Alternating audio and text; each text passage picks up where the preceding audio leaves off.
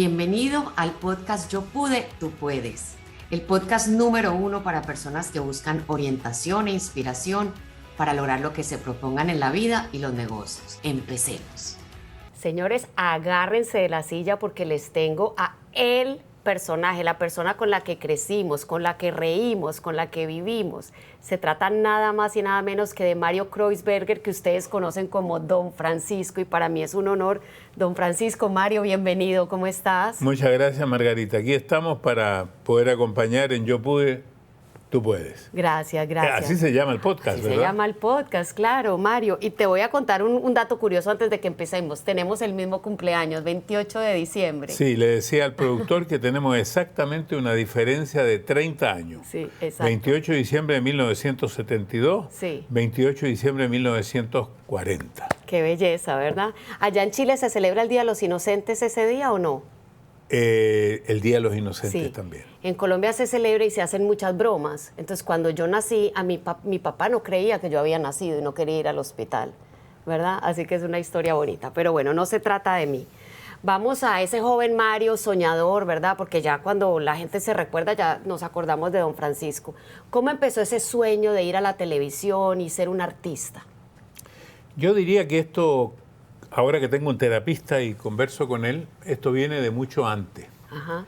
Esto viene quizás de uno de mis primeros recuerdos de vida, donde yo tenía, calculo, entre 4 y 6 años. A veces en alguna entrevista digo 4, en otros 5, en otros 6, así que voy a decir entre 4 y 6 años. En ese entonces no había televisión y a los niños nos llevaban a veces a tomar el té a un lugar donde había show. Ajá. Yo me tocó en la primera fila con mi mamá y un mago me indicó a mí y me sacó sobre el escenario. Ajá. Él me cortó este brazo, como digo, entre 4 y 6 años, Sí. y me lo empezó a alargar, y después me demostró que este brazo era más largo que el otro, hasta que finalmente me lo volvió a pegar, lo dejó en su lugar, me mostró que los brazos Sí. eran iguales, Sí. y yo me senté. Normalmente, pensando yo con el tiempo, un niño de esa edad habría llorado, Te se hubiera asusta. asustado. Yo cuando recibí ese aplauso final estaba feliz. Sí, Y creo que esa fue la primera, o el primer índice sí, de que a mí me gustaba el escenario sí, y me gustaba el aplauso. sí. Posteriormente, años después, cuando ya tenía como entre 9 y 11 años, para no equivocarme de nuevo, Sí. mis padres me llevaron a otro lugar a tomar el té y ya no me tocó en la primera fila, me tocó en cualquier fila. Sí. Y cuando yo vi al presentador, yo pensé, no le dije a mis padres, Sí. me gustaría estar ahí a mí presentando, no que el Señor me presente a mí. Entonces yo creo que Wow. esos fueron los primeros antecedentes que indicaban que yo quería hacer algo con el escenario y con el aplauso. Sí. A pesar de que yo estudié una profesión totalmente distinta, pues yo soy técnico modelista. Ajá. Técnico modelista es aquel que diseña la ropa para hombres, no Sí. para mujeres. Y cuando llegué en 1959, cuando tenía 19 años, a Nueva York, al Hotel Stanford, que todavía existe en la 32 y Broadway, actualmente es un hotel para coreanos. Cuando yo fui, era un hotel para hispanos, muy barato, muy económico, porque yo era un estudiante, Sí. fui a la Universidad Técnica a estudiar de técnico modelista. Al entrar me encontré con una radio muy parecida a la radio que había en mi casa, que era una Grundig alemana, con una diferencia. La mía tenía una tela y la de Estados Unidos tenía un vidrio. Cuando yo la encendí y vi que esto se veía y se escuchaba al mismo tiempo, yo dije, lo que yo estoy estudiando es el ayer y este es el futuro. Era una televisión. Una televisión. Wow. Entonces ahí me Sí. di cuenta que había una televisión, no con la palabra televisión, sino Sí. que era una radio que se veía y se escuchaba. Entonces, mi mente cambió inmediatamente. Sí. Me dediqué mucho tiempo de estos 2 años que estudié en Nueva York a aprender la mayor cantidad de palabras en inglés, porque no hablaba inglés, Sí. a través de esto que era totalmente en inglés, en blanco y negro. Y cuando yo volví a Chile, estaban preparándose para el Mundial de Fútbol, que es en 1962, Ajá. y cuando comienza el Mundial de Fútbol, llega la televisión. Sí. Y yo digo, yo tengo que ir a la televisión. Sí. Y como tú preguntas si me costó o no me costó, ayer nomás vi un video en que yo le digo a aquel director de la televisión, le digo que no me costó un año, como yo he dicho, sino me costó 11 meses para que me recibiera. Yo iba todas las noches con mi novia para que me recibiera ese director. Para ¿Y qué le querías decir? Proponerle la idea de hacer un programa. Sí. Y el director inmediatamente me puso la mayor dificultad. Me dice, si usted quiere hacer un programa, porque a todo esto, en medio de esto, y con todos los antecedentes que conté, yo además estudiaba teatro. Sí. Ya llevaba 5 años estudiando para actor de teatro de manera aficionada, por supuesto. Sí. Entonces, su director me dijo, el director del canal, me dijo que usted era muy bueno, pero si usted quiere conseguirse un programa, se tiene que conseguir un auspicio. Claro. Era difícil. Sí. La televisión transmitía 20 cuadras a la redonda. Sí. Me pidió una cifra que si la transformo en dólares, me dijo $5.000, supongo, por programa. En los 50, en los años 50. En los años 62. 60, sí. Pero no eran $5.000, digamos, yo lo puse en dólares, no me acuerdo cuántos pesos, $5.000, y yo le traje, después al día siguiente en que ya no lo esperé, sino que le golpeé la puerta de su oficina, le traje un auspicio de $500. Ajá. Le dije, le traigo el auspicio. Me dice 5.000 porque eso le arreglaba el canal. No, $500. Sí. Y ahí me dio la oportunidad. Qué bien. Pero cuando tú me preguntas si tuve dificultades, a las 8 semanas me echaron. Oh, wow. ¿Y qué pasó entonces? Cuando me echaron, yo me deprimí mucho. Traté de juntar una cantidad de amigos que llamaran por teléfono al canal para decir que por qué no estaba yo. Y ninguno se pudo comunicar porque los teléfonos no comunicaban. No yo contestaban. Dije, los descolgaron los teléfonos. Sí. Pero 2 días después apareció el director del canal y me dijo que había sido un error echándome, que la gente había llamado cientos de personas pidiendo de que yo volviera y a la semana siguiente me devolvieron. Qué bien. ¿Y el nombre de don Francisco dónde nace? Eso viene antes. Mientras yo estudiaba teatro, yo en un club que se llama el Israelita Maccabi, un club judío, donde yo hacía parte de unas veladas de los viernes en la noche. Yo hacía un personaje que no hablaba bien castellano, igual que mis padres que venían de Alemania, y hacía como lo que hoy día llaman un stand-up todas las semanas, hablando así, y ese personaje yo le puse Francisco Sisigen González. Ajá. Y la primera vez que fui, me preparé para un concurso para contar chistes en una radio que se llamó la Revista Postal Telegráfica, gané. Pero antes de entrar, el animador me pregunta cómo me llamo. Yo le digo Mario Kreuzberger. Me dice, con ese nombre no llega a ninguna parte, ¿no tiene otro? Le dije, don Francisco. Él me anunció como don Francisco. Gané esa vez como don Francisco y como supersticioso, primero puse mi nombre. Debajo don Francisco, después saqué mi nombre y quedó el puro don Francisco. Sí. Qué bonito, qué bonito. Y ahora, ¿tus padres nunca se opusieron a este mundo de las tablas, del arte? Por supuesto que estaban muy preocupados porque la verdad es que en este ambiente, en este trabajo, poder destacarse 1 en 1000 y poder vivir de esto 1 en 100.000. Sí. Bueno, todavía pasa.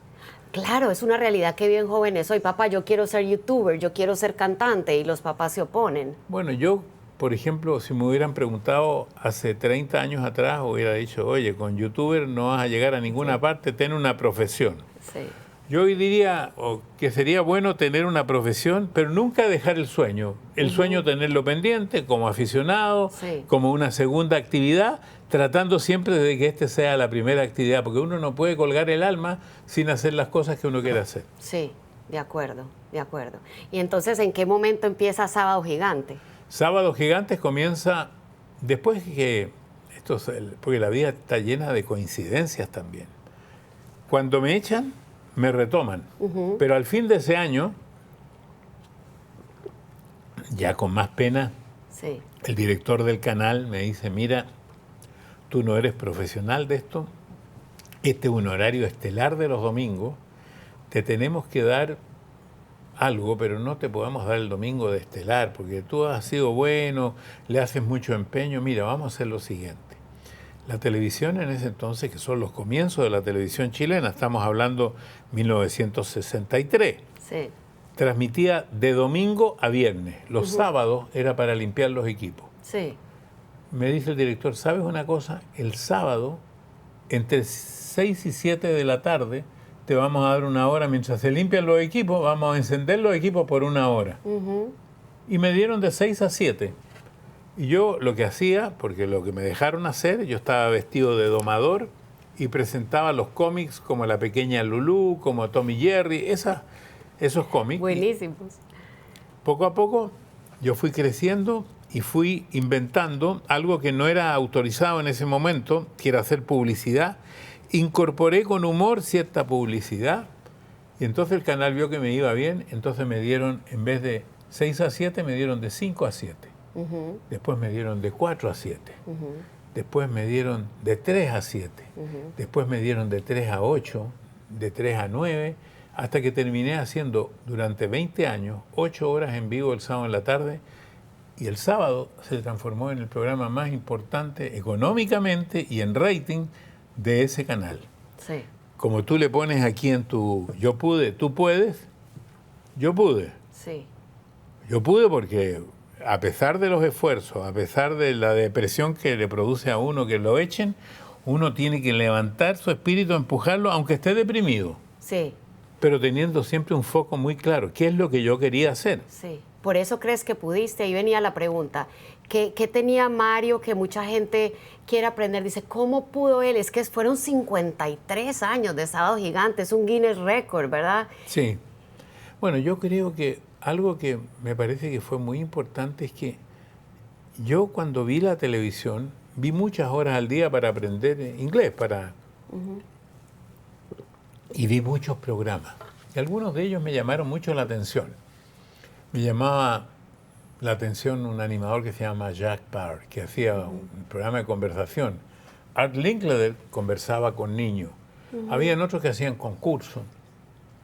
Entonces, cuando yo pude ya agrandar las horas del día sábado, empecé a tomar estas ideas, pero transformarlas en 10 minutos, porque estas ideas duraban 1 hora. Sí. Y yo las transformé en 10 minutos. Entonces yo hacía 10 minutos de conversación con niños, 10 minutos de conversación con adultos, 10 minutos de juego, 10 minutos de música. Sí. Así fui mezclando el programa y así se fue formando Sábado Gigante, que pasó a ser una idea original que finalmente es una copia de muchas ideas. Claro. Y son mentores, es estudiar a los mejores en tu campo y dejar como que te mentoreen e irlo incluso mejorando, ¿verdad? Bueno, ahí tú dices una palabra que fue bien importante.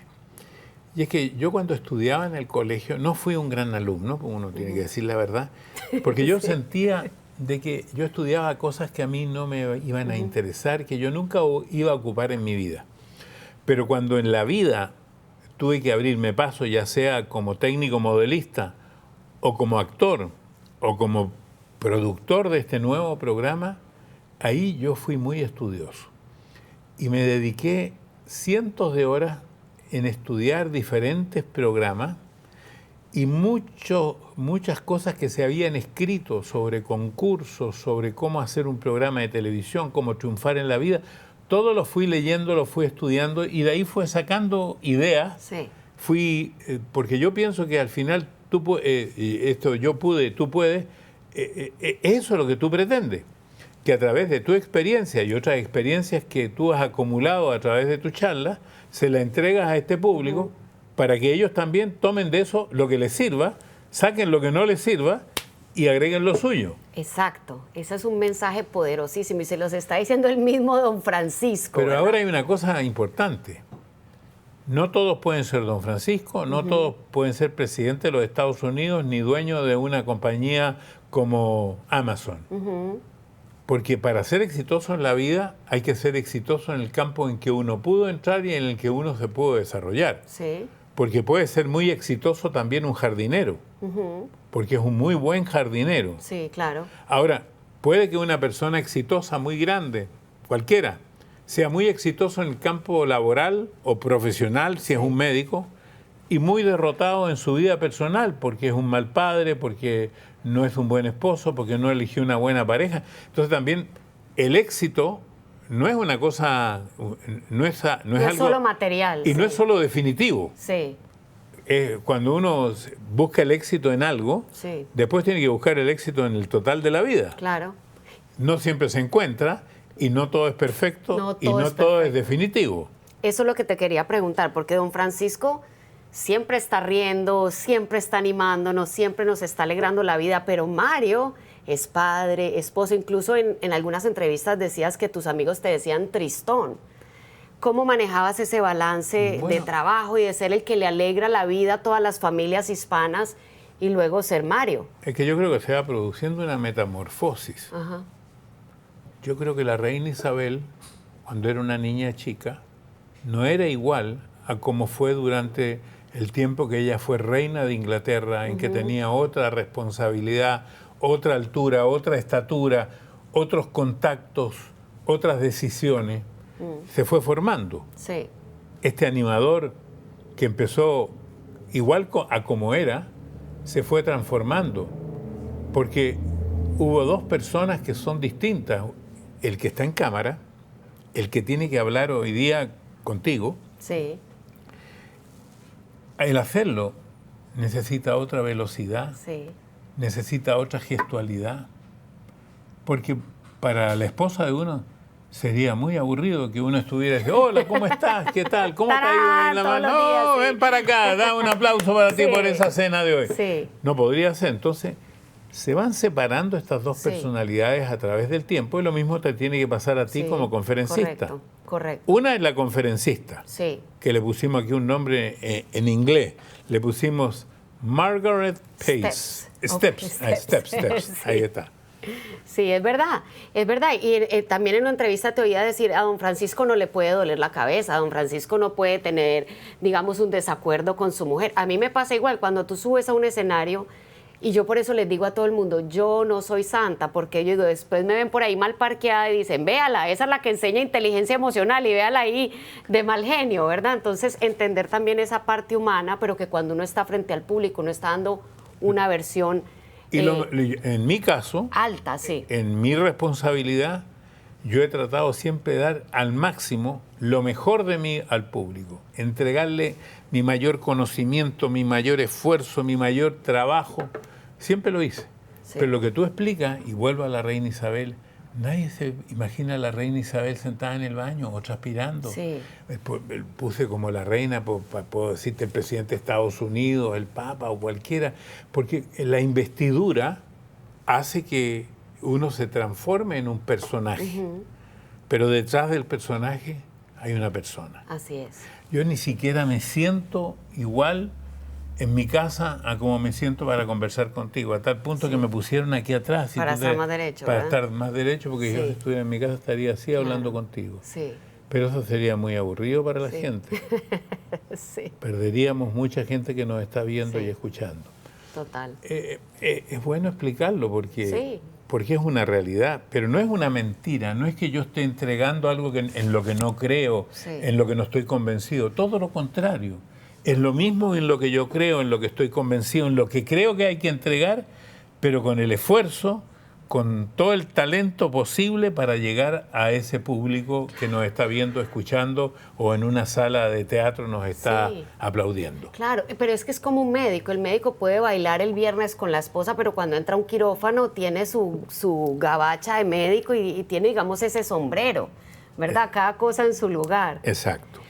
Tu papá fue a un campo de concentración nazi. Sí. Yo no sé si qué tanta gente sabe esto. Sé que también él no lo hablaba mucho. No lo hablaba a tal punto que yo hice una vez en homenaje a él un documental, privado por supuesto, Sí. que se llama Testigos del Silencio, porque yo recorrí todos los campos, hablé con mucha gente y la mayoría de los parientes de estas personas nunca supieron lo que les pasó a sus abuelos, a sus padres, porque ellos no quisieron hablar de eso porque era algo muy doloroso. Sí. Y recién ahora último, en el último libro que escribí, Con ganas de vivir, pude yo cerrar ese ciclo a través de Marcelo Amunati, que tú conoces, que es productor de este programa, quien siempre me peleaba de que mi padre no había estado en Bergen-Belsen, que era la información por parientes que yo tenía, y él encontró el día que entró, el día que salió en el campo de concentración de Buchenwald, que es un lugar pendiente que yo tengo por visitar en honor a mi padre. Sí, qué fuerte, ¿verdad? Eso le da a uno perspectiva también de apreciar. No sé si tu papá les daba mucha perspectiva en el sentido de somos libres, tenemos tales y tales. A veces yo digo bromeando, Mario, uno a veces es como el tamal, cuando está bien está mal, ¿verdad? Y se queja mucho. No sé si tu papá tendía a darles mucho esa perspectiva del agradecimiento de pronto por lo que él vivió. No, mi papá decía que no había que olvidar, pero que no había que odiar. Qué bonito. Y bajo ese principio yo siempre seguí en la vida, honrando a él de parte de esa historia que solo supe concluirla después de que él ya no estaba, Sí. porque además mi padre estuvo más tiempo que su memoria. Por lo tanto, muchos años yo no pude conversar con él, porque su memoria se había ido y su cuerpo se había quedado. Sí. Entonces, en honor a eso, yo seguí eso, y en honor a eso hago también este trabajo, este oficio, Sí. de entregar lo mejor de mí. Este programa que hago en CNN, lo hago de la mejor manera, con todo mi esfuerzo, para entregar al público cosas que le pueden ser interesantes, a veces solamente entretenidas, pero a veces también un aporte a sus vidas. Y lo mismo hice durante los años que hice Sábado Gigante, porque hice un programa de entretención, pero con contenido. Sí. Y lo mismo hice en los otros programas que tuve la oportunidad de hacer, tanto en Chile como aquí en Estados Unidos, donde hice Don Francisco Te Invita, Don Francisco Presenta, que eran programas de conversación. ¿Siempre tienes metas? Eso es lo más importante en la vida, Sí. en mi opinión. Sí. Hay que tener siempre una meta. Yo tengo una meta diaria, una meta semanal, una meta mensual, una meta anual, y antes tenía una meta a más adelante. Sí. Hoy día no puedo tener esa meta porque no sería lógico. Mis Sí. metas son más cortas Sí. y cada vez que voy saltando una meta me voy poniendo Exacto. otra meta. Exacto.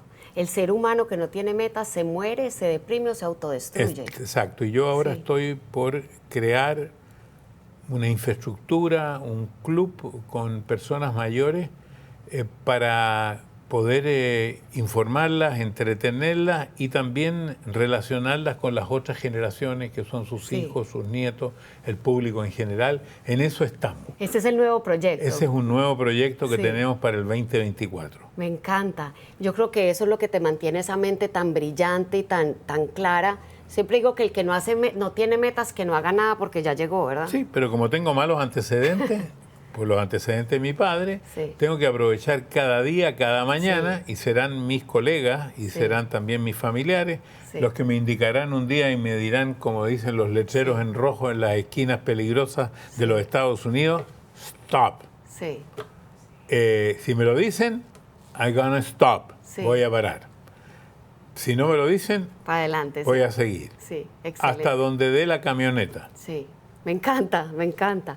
Ahora, hay una parte que no sé si todo el mundo en Latinoamérica, sé que en Chile la conocen, pero yo te conocí hace unos años. Yo vine a Miami a un entrenamiento del Teletón, porque yo viví en Nicaragua, mi esposo es nicaragüense y era presentadora del Teletón. Y a mí me conmovió mucho oírte, porque nunca me lo imaginé. Para mí, don Francisco era una persona de entretenimiento, de risa, ¿verdad? De otra cosa. Cuéntanos un poquito esa parte humana y cómo nace el Teletón. Bueno, hay un momento en que este éxito va transformándose también en un éxito económico, para mí, con respecto al tipo de vida que yo siempre esperé tener.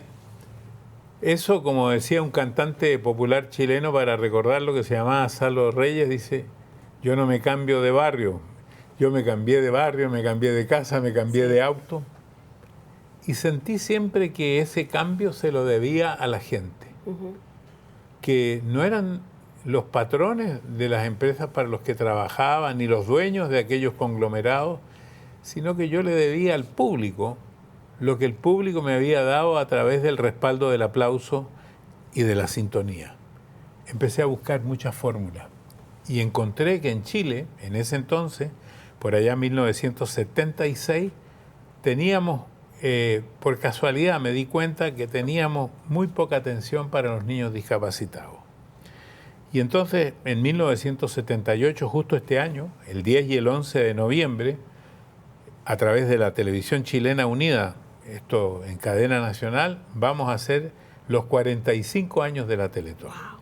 Y de haber soñado en arreglar una vieja casa de una calle de Santiago, hoy día, 45 años después, nos encontramos con 14 institutos 14 hospitales de rehabilitación, más 2 que están en construcción, que serían 16, 130.000 familias atendidas, un país unido frente a esto, y le hemos dado visibilidad a la discapacidad. Y eso para mí ha sido un aprendizaje anual que me ha transformado también como ser humano. Y seguramente cuando yo fui a esta reunión que tuvimos en Miami, yo les entregué todo mi conocimiento, toda mi experiencia, todo lo que yo había vivido hasta ese entonces, no sé, ¿hace cuántos años sería esto? ¿20 años atrás? Yo no me acuerdo, por ahí 12 tal vez. Yo creo que fue como en el 2010 sería. Podría ser. Podría haber sido, sí. Podría ser. Sí, sí, sí. Entonces yo ahí, una de las cosas que explicaba, en primer lugar, era cómo llegar a la gente, lo que yo había aprendido, cómo llegar, y especialmente en el lenguaje que tienen que usar los profesionales. Sí.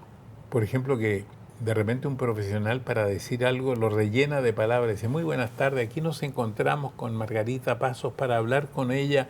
Y todo eso está de más, porque lo que habría que decir, estamos con Margarita Pasos, a quien le voy a preguntar tal cosa. Sí. ¿Verdad? O sea, el decir la menor cantidad de palabras con la mayor cantidad de conceptos. Y no la mayor cantidad de palabras con la menor cantidad de conceptos. Sí. Y el valor de los silencios, lo que acabo de hacer. Porque inmediatamente después de un silencio hay un toque de atención de todo. ¿Y qué pasó? Sí. Y entonces lo que dices después del silencio es muy importante. Me estoy dando un ejemplo, me imagino que esos eran algunos de los puntos de los cuales yo hablaba en esas reuniones. Pero es muy poderoso porque hoy en día mucha gente, antes para ser Don Francisco eras 1 en 100 millones, ahora las redes le permiten a la gente compartir su contenido. Y esto es muy valioso, el silencio, el tener contenido. Yo molestando y ir al grano como el dermatólogo, ¿verdad? Y no quedarse como dando muchas vueltas. Pero lo que más nos compartiste en ese evento fue el corazón.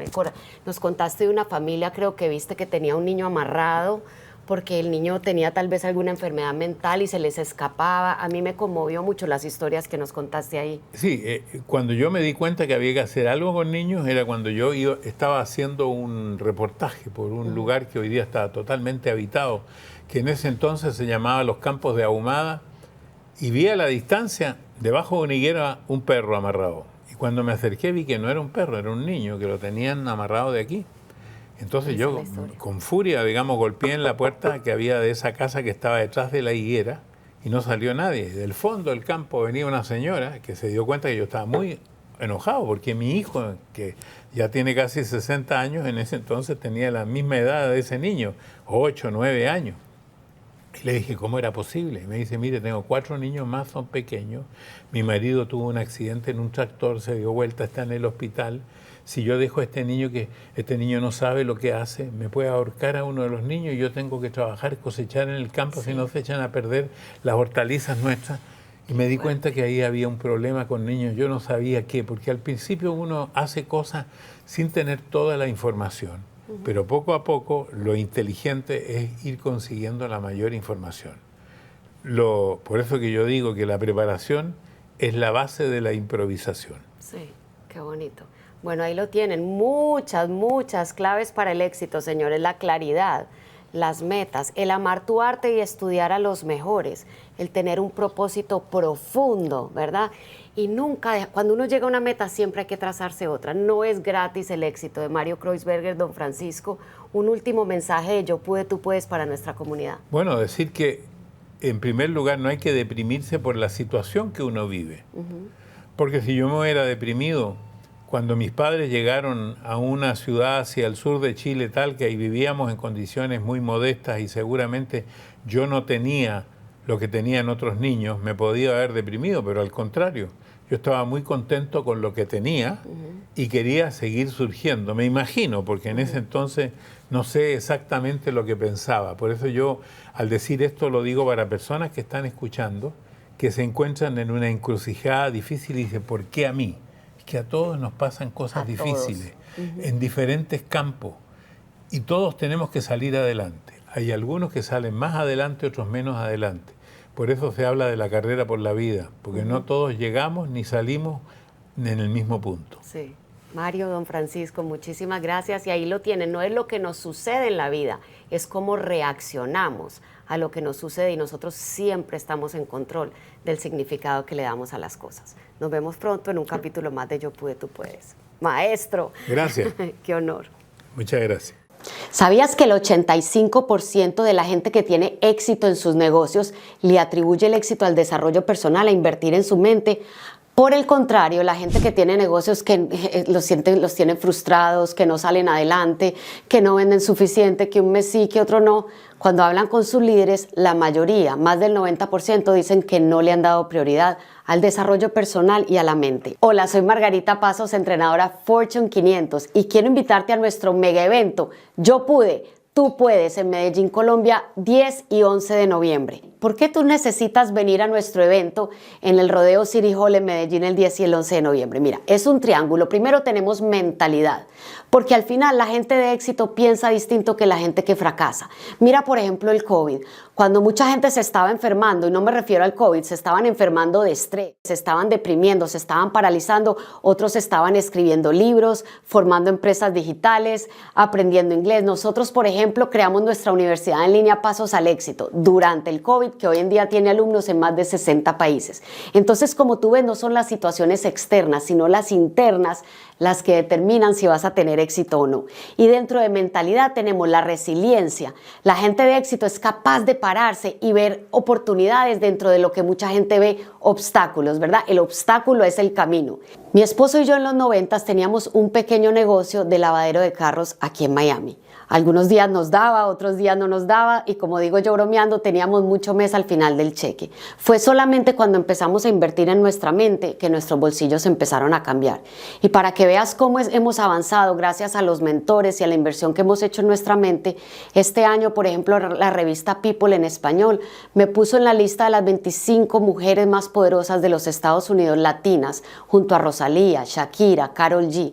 Y la verdad, para mí no solamente es un honor, obviamente, sino que me siento orgullosa de ver, ¿verdad?, todo lo que hemos avanzado. Y por eso el evento se llama Yo Pude, Tú Puedes. Si yo, que tenía un montón de techos mentales, miedos, tuve ataques de pánico, tenía mentalidad de escasez, he logrado mis metas, tú también puedes. Y también la inteligencia artificial, la adaptabilidad. Si tú no te sabes adaptar en la era del cambio, vas a morir, como dijo, pues a morir obviamente a nivel profesional y de negocios. Como dijo Darwin hace más de 100 años, no es la especie más inteligente ni la más fuerte, sino la que se adapta más rápido al cambio, la que sobrevive. El cambio es como una ola, siempre viene, pero ahorita viene un tsunami, que es la inteligencia artificial. Y tú tienes dos opciones: te quedas viendo este tsunami y dices, me va a revolcar, y te revolcó, o aprendes a surfear y te montas en la ola, y esta ola te va a llevar lejísimos, a 500 kilómetros de tu competencia. Vamos a traer un experto, Mardi Gras, desde los Estados Unidos, que te va a dar un bootcamp de inteligencia artificial y te lo va a enseñar en términos súper sencillos, para que en vez de tenerle miedo, tengas mucho entusiasmo viendo las oportunidades y todo lo que esto puede hacer para escalar tu negocio. También yo te voy a hablar de cómo reprogramar la mente, porque en tu mente hay techos que no te permiten avanzar. A lo mejor chiquito te dijeron que el dinero era malo, que el dinero era escaso, que las cosas buenas no eran para gente como tú, y tú crees que eso no te afecta. Hasta el día de hoy te está frenando. Por eso mucha gente cuando gana dinero vuelve y cae, porque la mente corrige lo que ella cree que es un error. Eso me lleva a la segunda parte del triángulo, que es precisamente dinero. Mira, el dinero es una herramienta importantísima que te da opciones. La persona que tiene menos dinero tiene menos opciones de vivienda, de alimentación, de educación, incluso de ayudar a sus seres queridos. Pero no, nos vendieron que el dinero era este demonio que nos hacía malos, que iba a hacer que no tuviéramos amigos verdaderos. Y por supuesto, cuando tú tienes eso en tu subconsciente, la mente te va a sabotear una y otra vez, porque nadie quiere ser malo. Entonces vamos a hablar de cómo se consigue, cómo se mantiene, cómo se multiplica, y es más fácil de lo que tú crees, sobre todo cuando rompemos los techos mentales. Y la base del triángulo de lo que vas a aprender es salud, bienestar, porque al final, ¿cuál es la clave número 1 del éxito? La energía física. Si tú estás cansado, arrastrado y enfermo, es muy difícil que puedas tener éxito. Entonces ahorita en septiembre, antes de llegar a Medellín, voy a ir a entrenarme con Wim Hof, el hombre de hielo, en Holanda.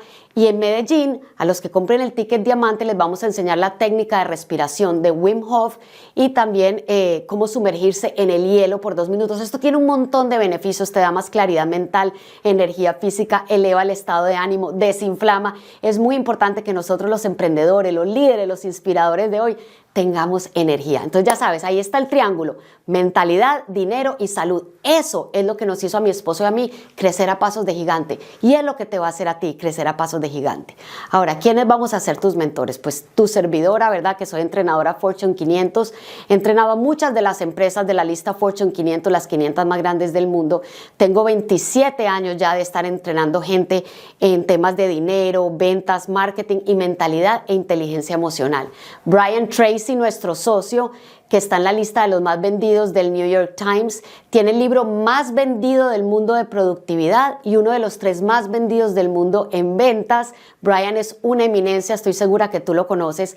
Mark DeGrasse, que maneja una de las empresas de digital marketing más importantes del mundo y es quien nos va a hablar de inteligencia artificial.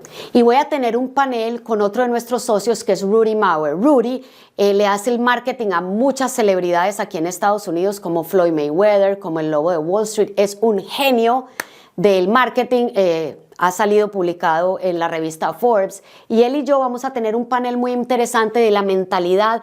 Rudy también se rodea con millonarios y billonarios, cómo piensa una persona de éxito y cómo piensa una persona de escasez, cómo podemos adaptarnos rápido a la inteligencia artificial, cómo perderle el miedo y entusiasmarnos con ella, y a quién escuchar y a quién no escuchar. Va a estar también, bueno, esta es sorpresa, tarán, es uno... Tú sabes, cuando uno es fan de alguien, una persona que te cambió la vida, que tú dices, ese para mí es un líder porque le ha agregado valor a mi vida. Yo tengo 5 libros que han sido fundamentales en cambiar mi vida, y uno de esos 5 es El obstáculo es el camino, de Ryan Holiday. Ryan Holiday tiene 3 libros número 1 en la lista de los más vendidos del New York Times, y uno de esos es El obstáculo es el camino, y Ryan va a estar en vivo por Zoom con nosotros el día sábado y te va a enseñar sobre estoicismo. ¿Qué es estoicismo? A mí no me gustan las palabras enredadas. Un estoico es una persona que entiende que nosotros no podemos controlar lo que nos pasa, pero siempre podemos controlar cómo reaccionamos ante lo que nos pasa. Ciro, que fue un gran estoico, decía, si quieres un imperio, gobiérnate a ti mismo. Y Ryan Holiday es el mayor experto en el mundo en cómo controlar nuestras emociones, y a la loca de la casa, así le digo yo a esa vocecita negra que te dice, tú no puedes, vas a fracasar, ¿verdad? Y nos va a hablar de ese tema, cómo donde todo el mundo está viendo obstáculos, tú vas a ver oportunidades y vas a operar siempre con tu cerebro ejecutivo. Yo les voy a hacer una hipnosis el domingo. La hipnosis no es nada esotérico ni es una práctica espiritual. La hipnosis, tú entras en hipnosis todos los días cuando te vas a dormir, o cuando estás viendo de pronto redes sociales y suena una ambulancia o algo y tú brincas. Eso es un estado hipnótico, o sea, un estado en el que estás usando las ondas cerebrales teta. Se ha descubierto que cuando estás usando ondas cerebrales teta, tú puedes acceder, digamos que a tus archivos. Hay gente que dice, yo no sé por qué a mí me dan miedo las figuras de autoridad, o porque me da tanto miedo que me digan no. Todo eso tiene una razón programada en tu mente. Si a ti te hubieran criado 2 samuráis en Japón, serías una persona totalmente distinta. Tú eres quien eres por lo que viviste en tu niñez y la manera en que creciste. Y a través de la hipnosis, yo te voy a llevar a identificar momentos clave de tu niñez donde se formaron creencias limitantes del dinero, de lo capaz que eres y de lo valioso que eres. Es un momento en que mucha gente llora, pero encontramos muchas respuestas y rompemos todos esos techos mentales. Así que anímate, invierte en ti. Yo te pregunto, si no tú, ¿quién? Y si no ahora, entonces ¿cuándo? Invierte en ti, toma la decisión. La vida le corresponde, el éxito le corresponde a los que deciden, no los que desean. Abajo está la información de todos los tickets. Los VIP, que son los del hielo, son solo 75 y están volando, pero quiero verte allá. Quiero verte allá y quiero verte invertir en ti, porque tú vales. Tú viniste a este mundo a hacer algo grande. Cuando juegas en chiquito, no le haces bien a nadie. Nos vemos en Medellín en Yo Pude, Tú Puedes.